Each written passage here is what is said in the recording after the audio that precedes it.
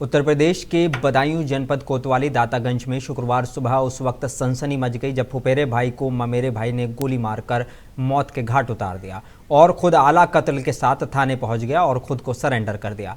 हत्यारे की जुबानी वारदाती की कहानी को सुनकर थाना पुलिस भी हैरान हो गई। फिलहाल पुलिस ने हत्यारे को हिरासत में लेकर पूछताछ और मामले की जांच में पड़ताल शुरू कर दी है।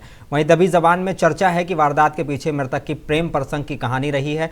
खैर, जो भी सही हो ये तो जांच की रिपोर्ट के बाद ही सामने आ पाएगा, लेकिन जिस अंदाज में ममेरे भाई ने फुफेरे भाई की गोली मारकर हत्या की है और खुद थाने जाकर सरेंडर किया, वारदात सभी को हैरान कर देने वाली है।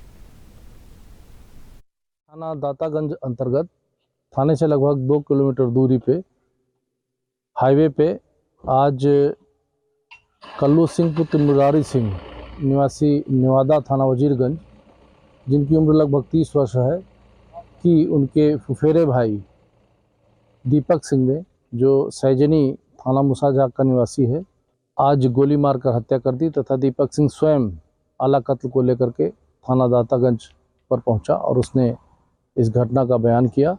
इस पर तत्काल मौके पर पुलिस बल है और इसमें थाना दातागंज में हत्या का अभियोग पंजीकृत करके अग्रिम कार्रवाई की जा रही है।